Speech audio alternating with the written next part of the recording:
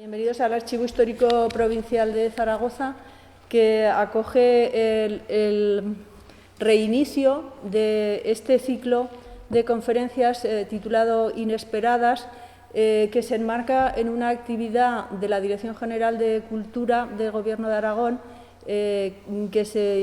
bajo el lema Cultura en Igualdad, mujeres en museos, archivos y bibliotecas. Un ciclo que inició, una actividad que se inició en torno al Día de la Mujer en el mes de marzo y que tiene, digamos, su plato fuerte en este ciclo de conferencias que reanudamos ahora en este otoño. La intención, bueno, parece que está clara. Vemos que en los archivos, en los museos y en las bibliotecas hay muchas mujeres que permanecían ocultas o cuyas trayectorias no habían sido suficientemente puestas de relieve y su actividad nos interesaba y queríamos pues, acercarlas al público. En el caso del Archivo Histórico Provincial, pues pensamos inmediatamente en Antonio Peiró Arroyo, que nos acompaña hoy, porque bueno, es un usuario habitual de la sala de consulta de este archivo y conoce estupendamente este tema. Ha publicado algunas cosas, esto ya nos lo contará más adelante. Simplemente no necesita presentación, pero bueno, voy a recordar que él es responsable de Relaciones Institucionales y Comunicación en la Universidad de Zaragoza. Es un prolífico autor, muy premiado, muy reconocido también por el público. Tiene por lo menos una treintena de obras publicadas y sus trabajos giran en torno a dos temas: el aragonesismo como pensamiento político, y corrígeme, Antonio, si me equivoco, y la época de la Ilustración y la época de la Guerra Civil.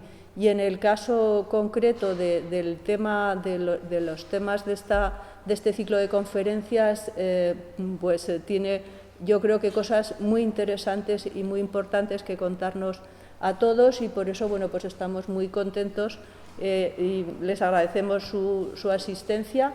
Y ya lo dejamos a hablar. Bueno, no he comentado el tema de las normas que rigen ahora en esta serie de acontecimientos, pero bueno, como es un caso, dar una conferencia que exige que no vaya con mascarilla, pues ya ven que hemos procurado mantener la distancia de seguridad entre todos los asistentes, y en el caso del conferenciante pues le vamos a dejar que de viva voz nos cuente lo que tenga preparado, y luego, cuando acabe su intervención, si quieren, bueno, lo ha ofrecido, lo ha comentado, si tienen interés en dirigirle alguna cuestión, pues parece que él estará dispuesto a contarnos algo más. Y eso es todo.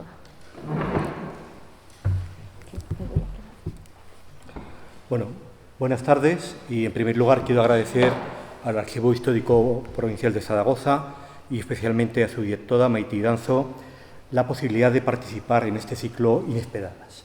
Aunque en mi caso sería más correcto, en lugar de hablar de inesperadas, hablar de desconocidas, en referencia a mi libro Eva a los infiernos, mujeres asesinadas en Aragón durante la Guerra Civil y la posguerra, que fue publicado hace 3 años.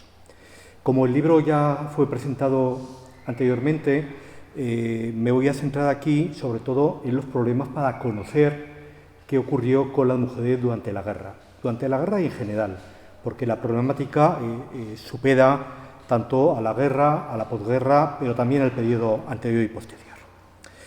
El origen de este estudio fue un motivo relativamente sencillo, porque me llamó la atención, como luego les comentaré, que la proporción de mujeres asesinadas sobre el total de personas asesinadas en Aragón es extraordinariamente alta en comparación con los territorios que están alrededor.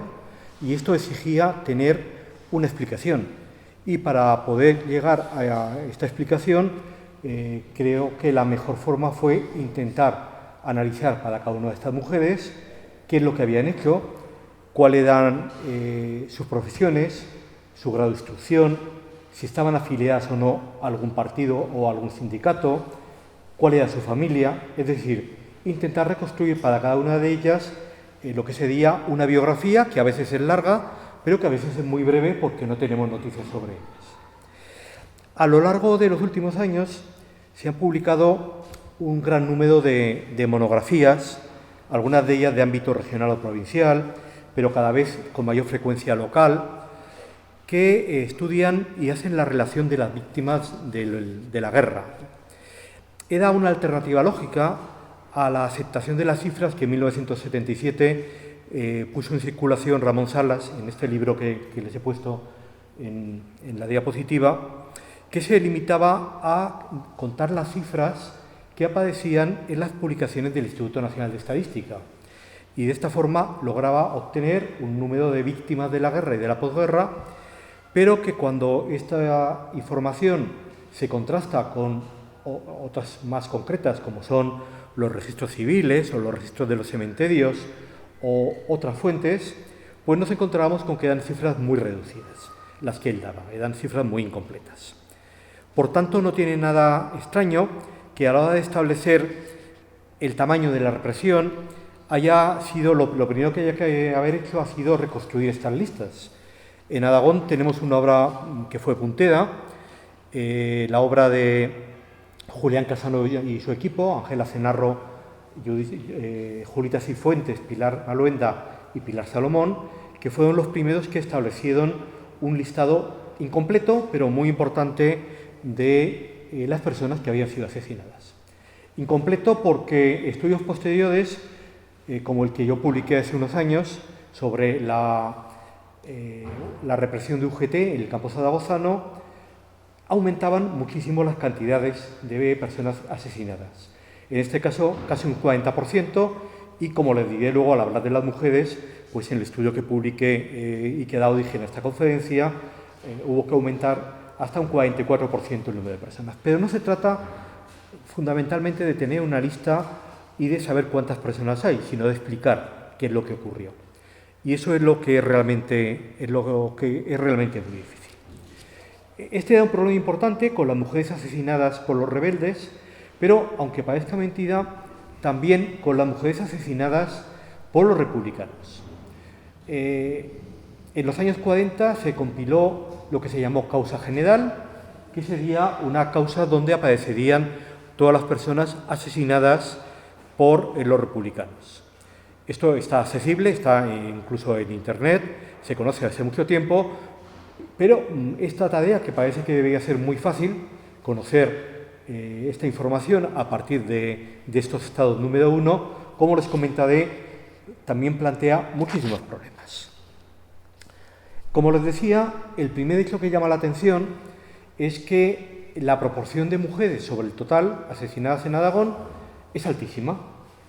En Aragón, el 4,8% de las personas asesinadas son mujeres, pero en cambio en los territorios que están alrededor la proporción es mucho más baja. En Navarra es la tercera parte, pero en Cataluña es la 12ª parte. Entonces no había una explicación lógica. En Cataluña y en la Comunidad Valenciana se podía pensar que como no hubo represión en caliente, sino que fue solamente posterior al final de la guerra, bueno, al momento en que cae el frente, prácticamente al final de la guerra, pero nos encontramos con que en Navarra o en Sodía están todo el tiempo en la zona llamada nacional. Y bueno, esto es lo que me llevó pues a intentar explicar cuál era la situación. En el libro que les comentaba, solo estudio la forma extrema de la represión, que es evidentemente la eliminación física mediante asesinatos, bien sean judiciales, mediante consejos de guerra, en lo que ocurrió muy pocas veces, prácticamente creo que eran únicamente 9 casos, en las que las personas que iban a consejos de guerra tenían muy pocas posibilidades de tener una defensa eficaz. Tenían un abogado de oficio, normalmente un militar joven, y las posibilidades de defenderse, de aportar pruebas, aunque existían, eran muy limitadas. Y también las ejecuciones extrajudiciales, que son las más corrientes. Junto a esta forma de represión hay otras que son más difíciles de estudiar, como son los encarcelamientos. Aquí tenemos en el archivo parte de la documentación de prisiones, pero es una documentación muy incompleta y además muy compleja porque era habitual cambiar a la gente de prisión con muy poca diferencia de tiempo. Entonces, una persona que estuviera en la cárcel durante 4 o 5 años podría haber pasado perfectamente por otras 4 o 5 prisiones. Y esto es difícil de saber. Los expedientes de responsabilidad política, cuyo objetivo es fundamentalmente económico y que también se conservan en los archivos históricos provinciales, la mayor parte de ellos están en este momento en Internet, lo cual facilita muchísimo la consulta, pero también hay formas que no han dejado documentación. En una sociedad en la que escaseaba el trabajo y la comida, la imposibilidad de conseguir trabajo o una cartilla de racionamiento podían ser a medio plazo tan peligrosas para la vida de quienes lo sufrían como haber pasado por la cárcel.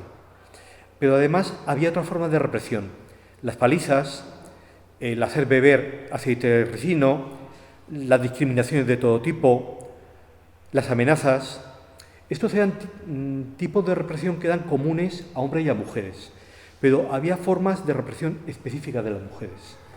Además de violaciones, sobre las que es prácticamente imposible encontrar información, había una forma específica de represión que se realizaba de forma pública o semipública: el rapado de pelo. Una operación que no tenía otro objetivo que humillar a las mujeres, privándolas de un atributo que en la época era una parte visible y muy importante de su feminidad. La única manera de poder analizar a fondo la represión de mujeres es, como les decía, intentar construir las biografías de cada una. Y lo que yo presenté en el libro pues era una lista con breves biografías de las 781 mujeres asesinadas entre 1936 y 1945. Tanto las 594 asesinadas por los sublevados como las 187 asesinadas por los republicanos. Aunque en estas últimas tengo alguna información posterior y posiblemente habrá que rebajar el número un poquito, muy poquito, pero sí que el dato global creo que es significativo. Quiero señalar de entrada que el libro estudiaba a las mujeres asesinadas en ambos lados de la contienda. Esto no quiere decir que adoptase una posición equidistante, ni mucho menos. Había un gobierno legítimo, surgido de unas elecciones, en que las irregularidades fueron muy inferiores a aquellas que acostumbraba a realizar la monarquía, cuando realizaba, porque hay que recordar que la República salía de una dictadura de 7 años, en las que no había habido elecciones, a causa del golpe de Estado de Primo de Rivera, y frente a ella una coalición de militares golpistas y conservadores interesados en apoyar un golpe de Estado que les devolviese sus privilegios. Pero en el caso de las mujeres asesinadas, tanto unas como otras fueron asesinadas y casi en su totalidad sin ningún tipo de juicio ni nada parecido. Una cosa que yo intentaba saber además eran cuáles eran las diferencias entre estos dos grupos. Eran iguales por las profesiones, por la edad, y a eso me referiré luego de una forma rápida. A pesar de presentar muchos problemas, la tarea más fácil de realizar es la reconstrucción del listado de mujeres asesinadas. Lo difícil empieza luego, obtener todos los datos que había que analizar. Y es que las mujeres que yo estudiaba son mujeres prácticamente desconocidas. A cualquier persona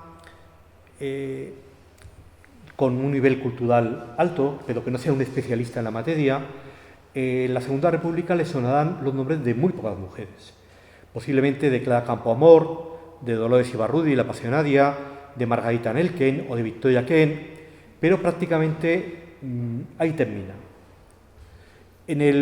Durante la República también el de Federica Montseny, y después de la guerra pues los nombres quizá de Pilar Primo de Rivera, que es muy conocida, o en el campo de la derecha tradicionalista el de Urraca Pastor. Pero ahí se acaban los nombres. Las mujeres no aparecen prácticamente en la historia de la Segunda República ni de la Guerra Civil, salvo en muy poquitos casos. En el caso de Aragón, prácticamente los únicos nombres que son sobradamente conocidos son los de María Domínguez, que fue la primera alcaldesa que hubo en España, en Gallur, y Amparo Pos, que fue responsable de Sanidad durante la República. Bueno, cuando les decía, yo he utilizado muchas fuentes, y una que me ha resultado muy útil, que también conserva este archivo, y el de la Diputación Provincial y el Archivo Histórico Provincial de Huesca, es el censo electoral. El censo electoral que presenta problemas con las edades porque no se actualizaba correctamente, pero que nos da una información que es útil pero muy incompleta. Por ejemplo, he elegido aquí la página del censo electoral de Huesca de 1935, donde aparece una mujer a la que luego me referiré, Concha Monràs. Nos dice que es mujer, que es hembra, la edad que tenía, la calle donde vivía, habitualmente también se nos dice el número, no nos dice la profesión y nos dicen que sabe leer y escribir. Pero, como veremos más adelante, prácticamente todas las mujeres aparecen en el apartado de sus labores, que es un auténtico cajón desastre que no significa nada. Hay un caso extraordinario que es el de una maestra, porque las maestras sí que aparecen claramente separadas del resto.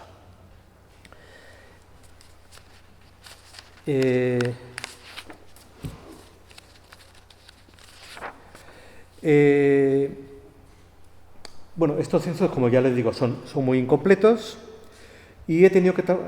bueno, el caso de Concha Monràs es muy peculiar, es una mujer muy interesante, muy importante a la que quería referirme. Esta mujer aparece como que sabe leer y escribir. Bueno, sabe leer y escribir, pero tiene un nivel cultural mucho más alto. Ella había estudiado piano, estaba casada con el anarquista más famoso de la provincia de Huesca, con Ramón Acín, que fue además la primera persona asesinada en Huesca, y su casa era pues un lugar de referencia de la actividad cultural de la ciudad de Huesca. Por tanto, aunque nos encontremos con que el censo electoral nos dice que sabe leer y escribir, pues esta referencia oculta muchas cosas detrás de ella. He trabajado con mucha información. He puesto en la pantalla un expediente procesal de interno, que es el expediente de las personas que iban a la cárcel y les abrían una ficha. Esta es de un hombre, pero los de mujeres son exactamente iguales. Nos dicen dónde han nacido, dónde viven, si están casados, el número de hijos, que han ingresado en la cárcel, cuándo salen, pero no nos dicen por qué, no nos dicen nada más. La profesión también es un término que en el caso de las mujeres suele ser sus labores, pero no sabemos por qué han sido encarcelados. Esa información no está muchas veces en ninguna parte. Una fuente muy importante a la que me referí aquí son estos expedientes de responsabilidad política que llevaban consigo la incautación de los bienes. Muchas veces y otras veces el imponerles una multa sobre los bienes. El objetivo fundamental era ese, imponer multas que a veces eran muy pequeñas, pero que a veces podían llegar, hay un caso en Aragón que llega al 1.000.000 de pesetas, al 1.000.000 de pesetas de los años 40. Por tanto, son además multas que tienen que pagar los herederos. Yo en algún caso he contado el caso de una hija, digo una hija porque la multa se le imponen al padre, el padre muere y la que tiene que pagar la multa es la hija. El padre fue condenado a pagar porque había formado parte de los partidos del Frente Popular, con un pequeño detalle, y es que había muerto antes de que se fundara el Frente Popular. Este tipo de condenas era muy habitual y le caían a cualquiera. Normalmente cuando se abren estos expedientes se publica en el boletín oficial. En el caso de esta mujer es el que aparece abajo, pero simplemente es un nombre.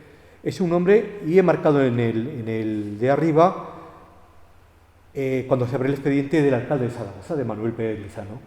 O sea, van uno detrás de otro, pero no nos dicen tampoco ningún dato más que nos resulte de interés. Una fuente interesante serían los registros de defunción, pero los registros de defunción presentan también cosas muy curiosas. En el de arriba tenemos una mujer de 18 años, en el siguiente una de 47, en el de abajo una de 48, que son mujeres desconocidas, no sabemos cómo se llaman. Pero claro, identificar que una mujer tiene 20 años o tiene 50 es relativamente fácil, aproximadamente. Pero identificar que tiene 33 o que tiene 48, o bien es una especulación, o bien lo que se hace es sencillamente ocultar el nombre de esa mujer a la que se conoce y, por tanto, dar una información falseada para preservar, no sabemos bien por qué, precisamente ese nombre. Como les decía, uno de los problemas fundamentales para estudiar cuál es la actividad profesional es que en los censos de población aparece siempre, los censos de población son un auténtico problema y prácticamente toda la documentación porque utilizan categorías que hoy no nos sirven para nada. Hay muchos nombres que aparecen como del campo. Una persona del campo puede ser un jornalero o puede ser un propietario medio. O nos dicen términos de este tipo. Y a las mujeres les toca normalmente 3. Sus labores o su sexo. Pero en casi ningún caso nos dicen nada más, salvo en muy poquitos casos. El error fácil de cometer es confundir esa denominación, que es algo tan banal como que la profesión de una mujer es en mujer, con la que hoy llamaríamos ama de casa. El censo de población de 1930 ni siquiera considera que esas mujeres realizasen ninguna actividad, sino que las incluye en el epígrafe de miembros de la familia. Las categorías utilizadas en ese censo son completamente inadecuadas para llevar a cabo cualquier análisis. Por ejemplo, hay 129 categorías, pero en ninguna de ellas aparece las lavanderas, que en esa época era una profesión que ejercían muchas mujeres. O aparecen, las nodrizas tampoco aparecen. Tampoco es posible situar la prostitución, ni muchas ocupaciones que hoy podríamos considerar como servicios. Todo está en sus labores. Esto no significa, en la realidad, que las adjudicatarias de este nombre realizasen su trabajo en el hogar. En algún caso se documentan claramente otras actividades. Por ejemplo, hay muchas mujeres que tienen que ver con la confección, muchas mujeres que tienen que ver con el comercio, con algunos servicios, que les permitían tener ingresos estables. Y también hay muchas que sabemos que dedicaban parte de la jornada a trabajar en el campo, por lo menos en las épocas de trabajo más intenso. Bueno, pues esto no hay forma de recogerlo. Únicamente las que tenían más prestigio, las maestras y algunas pocas más, son las que aparecen de una forma determinada. Pero algunas de estas mujeres dedicadas a sus labores tenían una capacidad y una iniciativa poco común. Hay un caso, por ejemplo, el de Miguela Alastruey, de Ayerbe, casada con Francisco Aguadot, contratista de obras. Francisco Aguadot está en el entorno de la sublevación de Jaca, de los que apoyan la sublevación de Jaca en Ayerbe, y en diciembre de 1930 se tiene que exiliar a Francia en una situación que no sabemos cuánto tiempo va a durar. Entonces, Miguela se hace cargo de administrar el negocio. El negocio es un negocio de construcción, que significa organizar el trabajo de los que están allí. Tiene también que preocuparse del material que tienen que comprar. Están en ese momento terminando la sequía que conducía el agua desde el pantano de las Navas hasta Ayerbe. Tienen que pagar a los obreros, tienen que realizar tratos con la administración pública, es decir, se tiene que hacer cargo de un negocio que además podría estar perfectamente a cargo del negocio durante un tiempo más largo. Estuvo poco tiempo porque se proclamó la República pronto, pero, como decía, esta mujer aparece en sus labores y sabe leer y escribir. Claro, esto no nos sirve prácticamente para nada. Sabemos también que fue agente electoral del Frente Popular y que hablaba en público. Por lo tanto, hay que tener en cuenta que es una persona con una capacidad de liderazgo que es importante. A este respecto, volviendo a sus labores, hay que recordar que el último diccionario de la lengua, publicado antes de la guerra, el de 1927, señala como labor la obra de coser, bordar, etc. ¿En qué se ocupan las mujeres?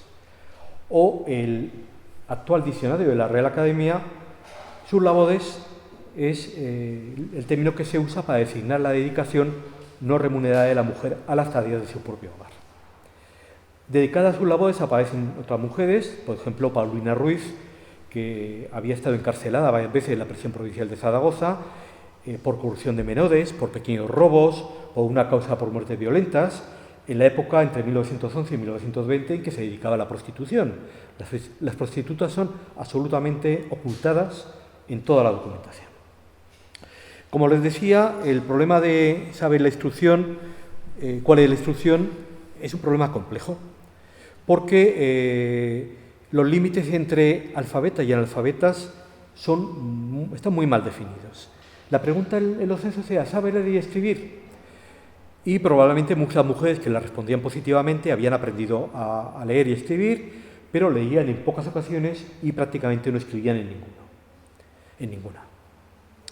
Dentro de ellas había una élite de la que formaban parte una profesora de la Escuela Normal de Maestras de Teruel, 11 maestras, una empleada de Hacienda, una estudiante y 12 enfermeras y posiblemente alguna más.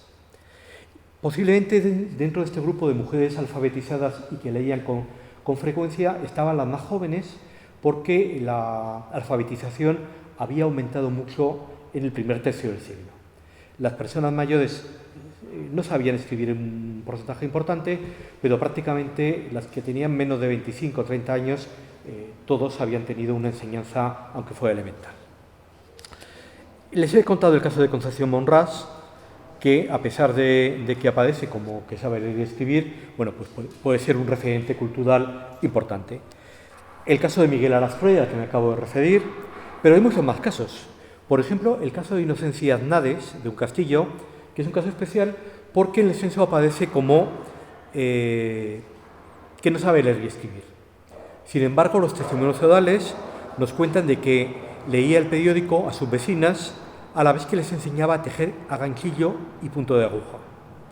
Aunque esta actividad se llevaba a cabo en el ámbito del hogar, la capacidad de liderazgo de personas como estas, que aparte de conocimientos prácticos, pues al leerles el periódico a sus vecinas, estaban dándoles mucha información, estaban dándoles mecanismos para comprender la realidad, evidentemente tenía un poder de liderazgo importante, de forma que su actividad no podía ser controlada o prohibida fácilmente. Hay muchas mujeres que participaron en mítines y actos públicos, incluso algunas llegaron a colaborar en prensa. El caso de María Domínguez, de Gallur, y ahora ya lo digo bien, fue la primera alcaldesa que hubo en España. Fue nombrada el 29 de julio de 1932 y, aunque no terminó, había estudiado en la Escuela Normal de Maestras de Pamplona y en la Escuela de Artes y Oficios de Zaragoza, no había alcanzado ningún título.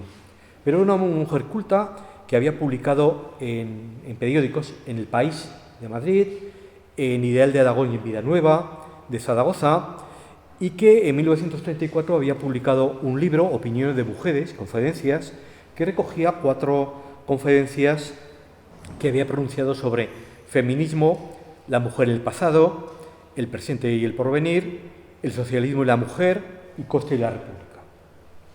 No fue la única que pronunció conferencias y colaboró en prensa. Pilar Salvo, por ejemplo, de Zaragoza, fue la directora de la Escuela Jimeno Rodrigo, en el barrio de Las Delicias, y ahí creó una biblioteca escolar.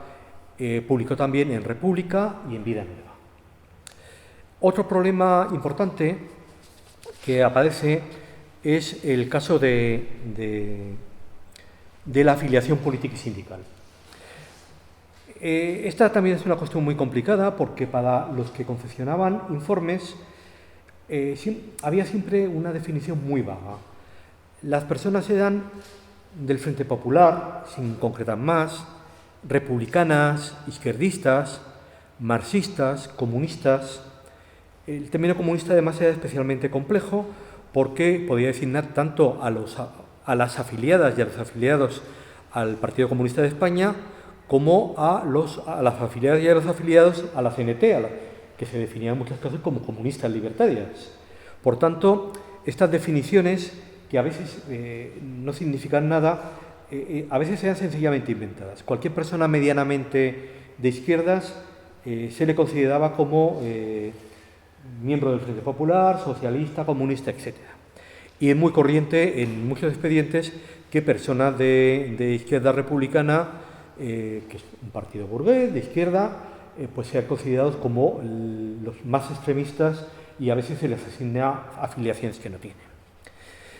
La principal dificultad para las afiliaciones es la práctica ausencia de listados, y esto se produce tanto con las mujeres de izquierda como con las de derechas. Pero a veces es que los que hablaban de ellas no terminaban de entender la situación. Por ejemplo, hay una mujer, Carmen Bielsa, de Fabada, que según un informador era miembro de las Juventudes Socialistas Unificadas, las juventudes donde estaban las personas del Partido Socialista Obrero Español y del Partido Comunista de España. Pero seguramente lo dice así porque lo ha oído. Pero, sin embargo, en el balcón esta mujer tenía una bandera de la FAI, de la Federación Anarquista Ibérica. Por lo tanto, posiblemente, si estaba afiliada a alguna organización juvenil, lo estuviera a las Juventudes Libertarias. Pero para las personas que informaban, estas cosas no les preocupaban, no tenían ningún interés. Y es muy frecuente que personas que aparecen por ejemplo, en expedientes de responsabilidad política o en consejos de guerra, aparezcan a la vez como afiliados a CNT y a UGT, porque, ya digo, lo importante para quienes los hacían no era entrar en lo que nos interesa a los historiadores, era castigar a las personas que eran sometidas a estos expedientes. Esto nos pasa, por ejemplo, con Simona Blasco, de Zaragoza, que estaba afiliada a la CNT, participa en actividades de la CNT y, según sus expedientes, aparece el miembro de la UGT.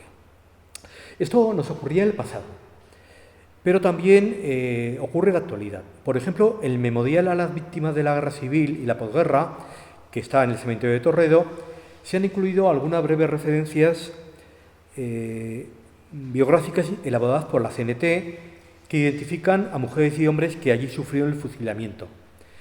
Esto ocurre, por ejemplo, con Isabel Logroño, que el 13 de diciembre de 1933 fue detenida a raíz del intento de sublevación revolucionaria en compañía de su hermano José y de otras personas.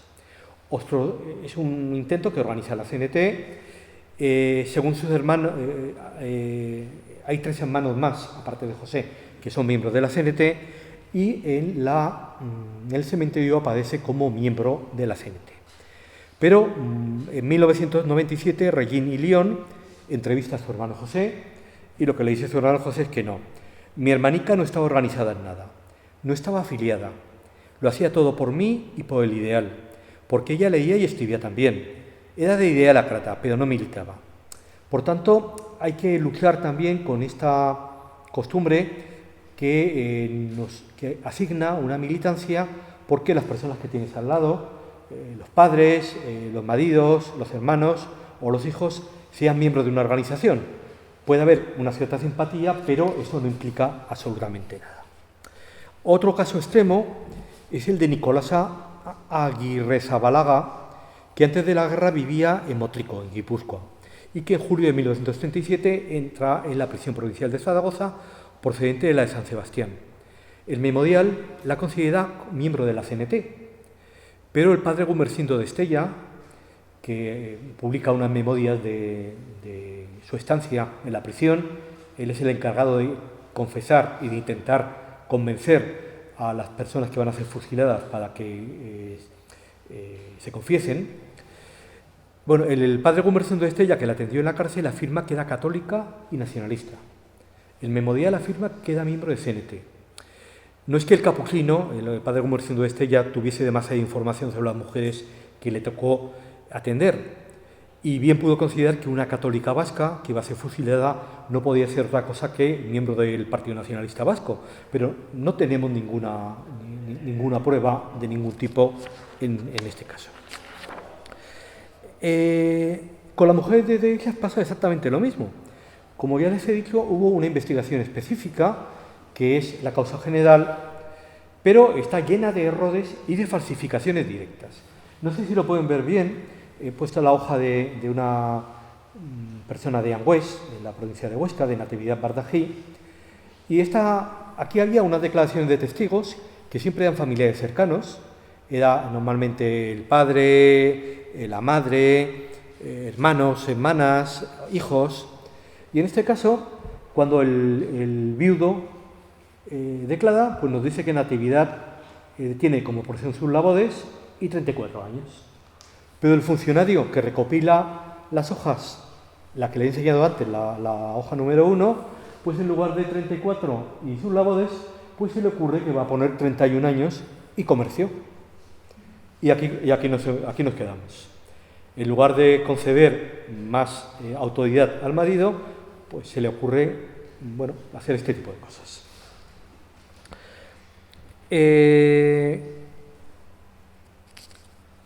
Como ya les digo, no se respeta, habitualmente no se respeta la información de los familiares cercanos, porque la pretensión de los recopiladores de la causa general no era la formación de un registro general de personas asesinadas, ni siquiera el conocimiento del número global. Básicamente se trataba de señalar la barbarie de los rojos o de los republicanos y de hacer un listado de personas que habían intervenido o que se pensaba, porque muchas veces no había ninguna prueba, que habían intervenido en los asesinatos. Por tanto, saber más allá del nombre de las personas asesinadas, pues no tenía para ellos ningún interés. Tengo que decir que, además, había personas que aparecen en las declaraciones de testigos que luego no aparecen en los estados generales y personas que aparecen en los estados generales y no en las declaraciones. Por tanto, es una información que ha sido recopilada a propósito, pero que es absolutamente caótica. En el libro establezco una tipología de los asesinatos. Hay muchas mujeres de las que prácticamente no sabemos nada, que no sabemos por qué son asesinadas, pero sí que podemos establecer una cierta tipología. Yo he hablado de 3 tipos. Estamos hablando, en este caso, de las mujeres asesinadas por los rebeldes. Lo que he llamado mujeres de acción, copiando de alguna manera el término que utiliza la CNT para referirse a quienes participaban en acciones armadas, activistas y asesinadas por sustitución. Las mujeres de acción son apenas 9, que o bien tenían una militancia muy intensa en la CNT, en alguna ocasión también lo tenía su compañero, su marido, habían participado directa o indirectamente en acciones armadas, o habían formado parte de una red de evasión, o habían ejercido un papel importante en la represión contra las mujeres nacionales. Precisamente es la gravedad de estas acciones la que llevan a que sean sometidas a consejos de guerra y se conserve más documentación sobre ellas. Voy a citarlas brevemente. Entre ellas está María Sacramento Bernués, que había participado en los sucesos revolucionarios de Huesca de diciembre del 33, y en su casa se encontró un laboratorio para elaborar explosivos con el que se construyeron 34 bombas. Isabel Adagó y María Castañeda, de Zaragoza, desde el piso de la primera, en diciembre del 33, se lanzó una bomba que hirió un guardia de asalto y el piso fue calificado de verdadero arsenal de armas. En estos sucesos también participa su compañera María Castañeda, ambas son miembros de la CNT.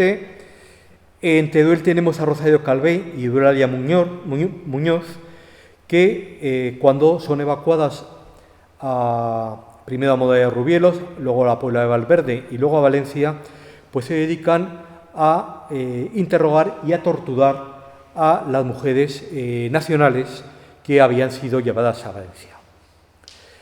Hay un caso muy interesante que es el de Selina Casas, luego les hablaré de ella, Simona Blasco, que he citado antes, y Margarita Navascués, que organizan un intento de evasión colectiva en febrero de 1937 desde Zaragoza.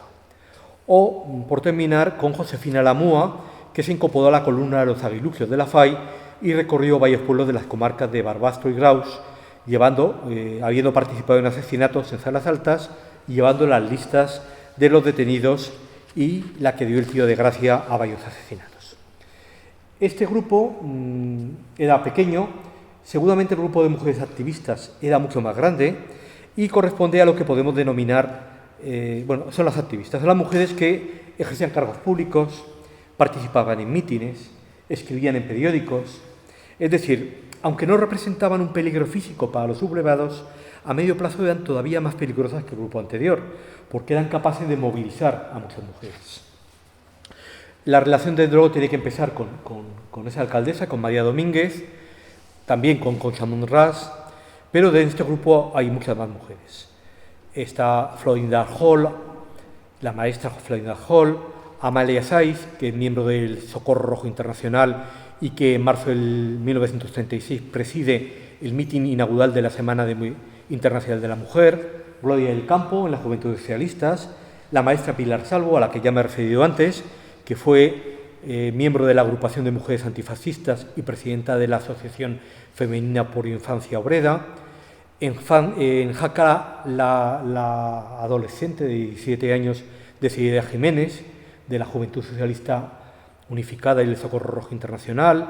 En Alcañiz, María de Asís Figueras, de la CNT, la citada Inocencia Azna de un Castillo, Josefa Casalé, también de un Castillo, que daba clase a personas mayores. Ese grupo de mujeres que eran en mi modo de ver, las más peligrosas para el régimen. Y luego hay un gran grupo de las que conocemos algunos.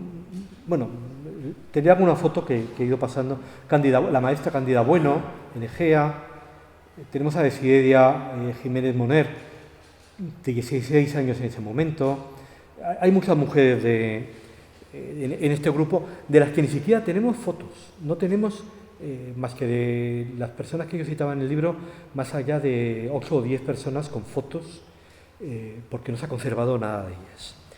Hay un grupo muy importante que es lo que yo he llamado asesinadas por sustitución y que Ángeles Tejido había llamado contaminadas por el Badón, el delito consorte, que son todas esas mujeres que son asesinadas porque van a buscar a su casa al padre, al marido, al hermano, al hijo, y no lo encuentran y se llevan pues a la mujer, a la madre, a la mujer, a la hija. Tenemos muchísimos casos de este tipo de mujeres que no tenían ninguna actividad política, que a veces no habían participado jamás en ningún acto de ningún tipo, que eran muchas de ellas católicas fervientes y que, bueno, no sabemos nada más, pero es un grupo muy importante. La conclusión de este libro, como les decía, es que la incidencia de la represión durante la guerra y la inmediata posguerra fue muy superior en Aragón a la de los territorios limítrofes. Yo había intentado explicarlo y no tengo una explicación completa.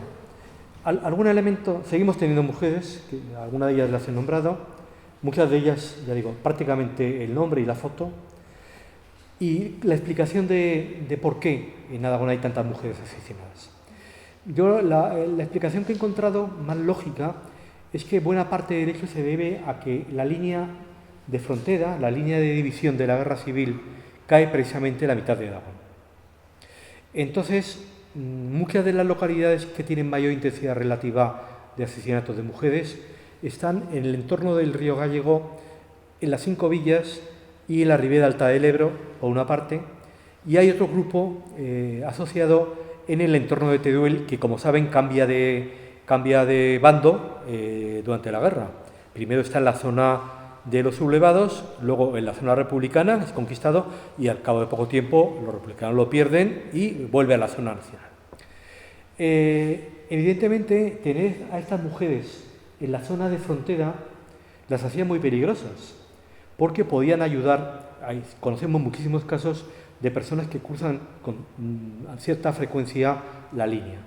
Podían ayudar a las personas que estaban en el otro lado, podían ser una fuente de peligro, de desestabilización, diríamos, del régimen franquista, y por eso esta situación, que no se da ni en Navarra, ni en Soria, ni en Cataluña, ni en la Comunidad Valenciana, era muy peculiar de Aragón.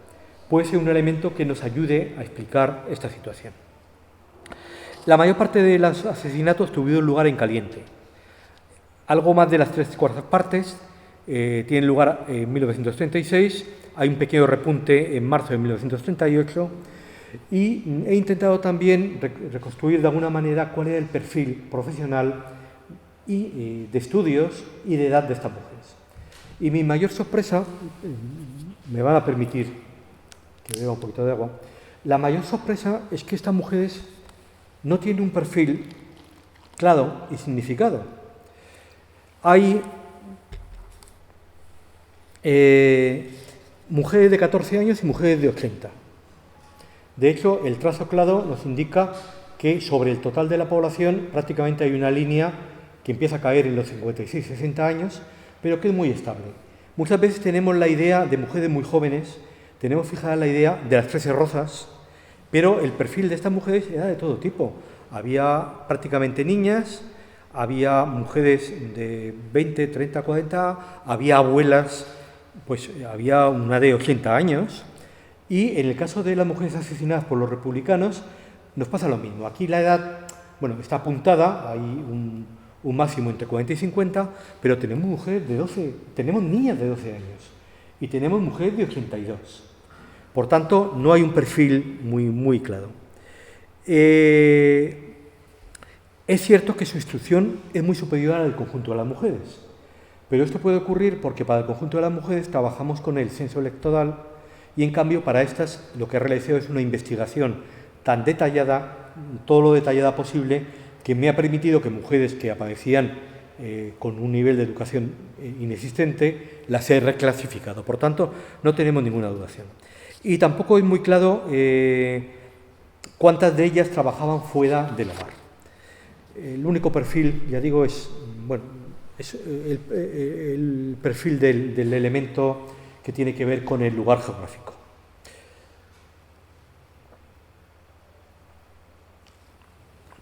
Me gustaría terminar refiriéndome a una de las mujeres que he citado antes, Celina Casas Alonso, que al ingresar en la prisión provincial de Zaragoza no declaró ninguna religión, estaba casada con Bonifacio Durruti Rabadán y ambos tenían una hija que se llamaba Lidia.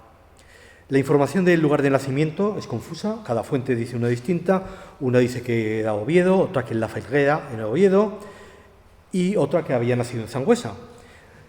La fecha más probable de nacimiento es el 7 de abril de 1908, por tanto es asesinada a los 29 años, pero tampoco sabemos de ella muchas cosas porque era habitual que utilizara nombres falsos. Ella utiliza en Zaragoza el nombre de Carmen Trinidad San Blas y su marido sí que utiliza nombres falsos en cantidad. Su marido era primo de Buenaventura Durruti, en 1931 era secretario del Metal de León, en el 32 fue delegado de los mineros de Vilaseca en el Pleno Regional de la CNT de León, y a partir de Asturias, León y Palencia, a partir de este momento empezamos a poder seguir su vida, recorre toda España de un sitio a otro, pertenece primero al Comité Revolucionario de la Felguera, huye, está viviendo en León, en Zaragoza, en Barcelona, en Santa Cruz de Tenerife, vuelve a Zaragoza y en Zaragoza con nombre falso compra una frutería y una camioneta, posiblemente en nombre de CNT, con la que se dedicaba al transporte de material de guerra. Celina tomó parte en un intento colectivo de fuga de Zaragoza, fue detenida y el 1 de marzo de 1937 ingresa a la prisión provincial. El 19 de abril sale para asistir al Consejo de Guerra, vuelve el mismo día y el 22 de septiembre fue entregada a la Guardia Civil para cumplir la sentencia de muerte, junto a otras dos compañeras, a las que antes me he referido. Allí la atiende, en la prisión la atiende el padre Gumersindo de Estella, que nos ha dejado una amplia relación de lo sucedido. Y voy a leer una parte de ella, porque es impresionante. Una de las mujeres se llamaba Celia, otro error. Dijeron que era esposa de un anarquista apellidado Durruti, que luchaba en el ejército republicano contra Franco, en el frente de Aragón. Cada una de las dos primeras tenía, se refiere a Celina y a otra de ellas, en la cárcel, en sus brazos, una criatura de 1 año de edad, cada una o poco más. Eran hijitas suyas. ¿Y qué van a hacer con las dos criaturas?, pregunté. Me contestó alguien que ya habían sido llamadas 2 religiosas a la prisión para que las llevaran a la casa de maternidad. Pero la faena de arrebatarles las hijas no era tan fácil como suponían. Yo había entrado en la capilla, en la que estaba todo preparado para la misa. Desde ahí oí gritos desgarradores de mujeres. ¡Qué concierto tan horrible y tan emocionante! Ayes, lamentos, sollozos, gritos de «Hija mía, no me la quiten, por compasión no me la roben, que la maten conmigo, me la quiero llevar al otro mundo. No quiero dejar a mi hija con estos verdugos, matarla conmigo, hija de mi alma, que sea de ti». Y otras frases de este estilo. Entre tanto se había entablado una lucha feroz. Los guardias que intentaban arrancar a viva fuerza las criaturas del pecho y brazos de sus madres y las pobres madres que defendían sus tesoros a brazo partido. En el momento en que los guardias se apoderaron de las criaturas, ataron las manos a las madres y a la joven, y lo mismo hicieron con el badón, que fue fusilado con ellas, y seguidamente salimos hacia la calle donde nos esperaba el vehículo. Durante la marcha hacia la tapia del cementerio continuaban las mujeres sus gritos de angustia, sus sollozos, sus protestas y también apóstrofes durísimos contra las autoridades. «Hija mía», decían llorando y a voz en cuello, «adiós, ¿qué será de ti? Que me la devuelvan, que la maten conmigo. Verdugos, crueles, tigres, no tenéis derecho a robarme mi pobre hija».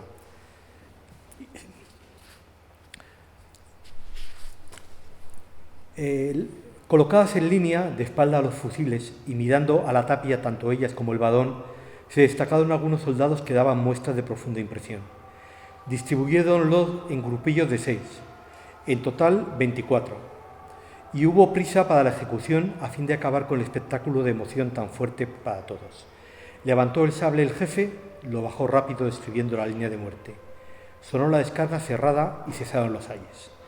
Todavía en 1959, los anarquistas españoles en el exilio recordaban la muerte de Celina, pero como era costumbre, a pesar de que hubiera sido asesinada, esto no impidió que las autoridades le abriesen un expediente de responsabilidad política y le impusieron una multa de 1.000 pesetas. Un expediente que, lógicamente, una multa que nadie pagó y que se terminó cerrando por indulto en 1959, es decir, 22 años después de que la indultada estuviese muerta. En cuanto a Lidia, la hija de Celina, su historia ha sido reconstruida por su hijo, José Luis Menollo. Afortunadamente ha seguido los pasos y ha podido reconstruir la historia. El capellán de la Inclusa la bautizó el 20 de abril de 1937 por encontrarse en peligro de muerte, ante la duda de si sus padres la habían bautizado. El 11 de marzo de 1939 fue entregada en adopción a un matrimonio que no podía tener hijos. Él era un médico movilizado del bando franquista y estos la educaron y a lo largo, con la información que el hijo de esta Lidia ha podido recoger, ha podido recomponer pues uno de estos casos de bebés robados que estaban que conocemos por desgracia, pero que están sin resolver. Lo más significativo, y para terminar con este caso, es que Celina no solo perdió a su hija, no solo perdió la vida, perdió hasta el nombre.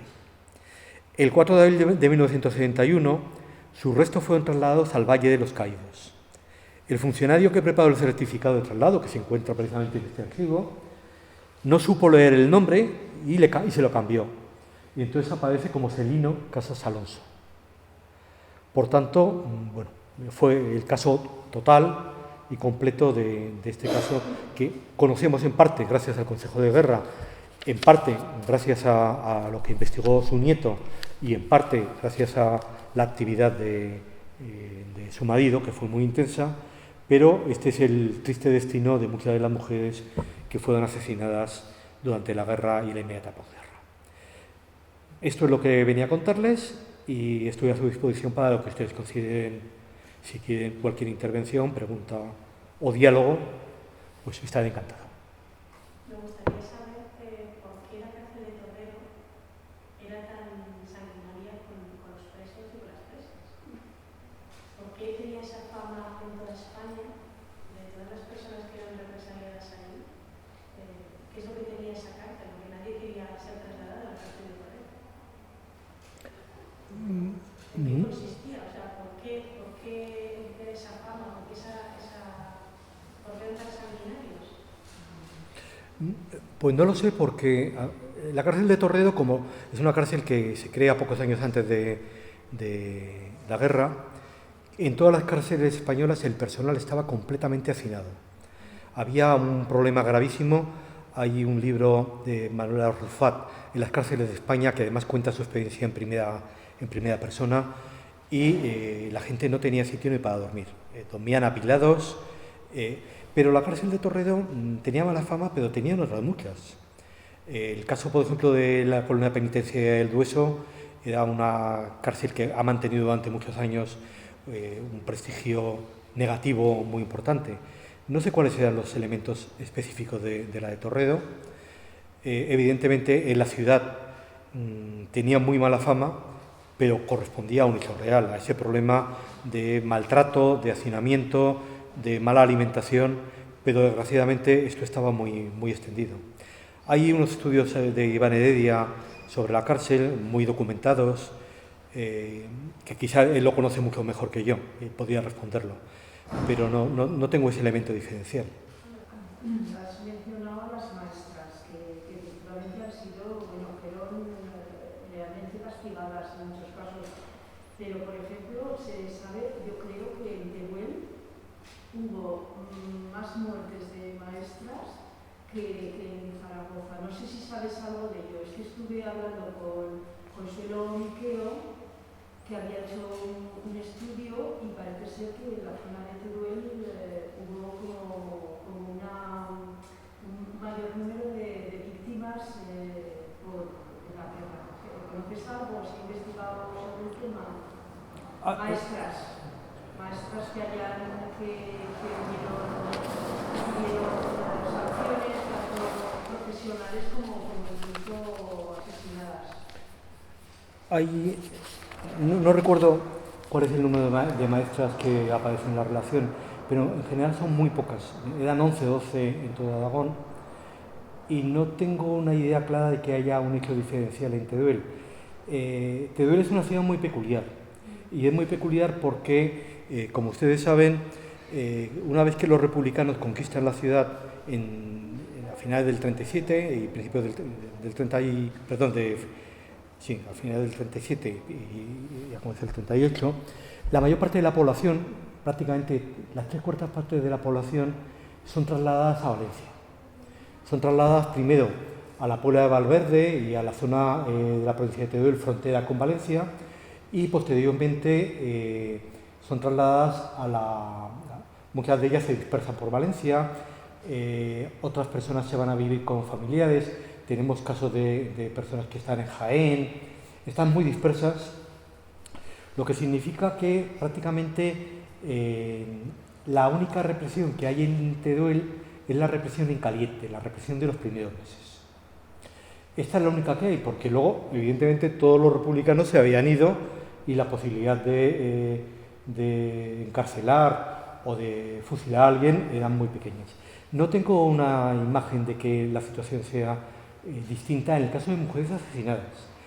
El problema es que en el magisterio hay una depuración brutal, no solamente de mujeres, sino de hombres. Prácticamente todo el mundo que no está considerado como persona absolutamente fiel sufre algún tipo de depuración, que puede ser una multa, que puede ser una privación total de la posibilidad de ejercer, pero que muchas veces, de forma frecuente, es también el traslado de una ciudad a otra.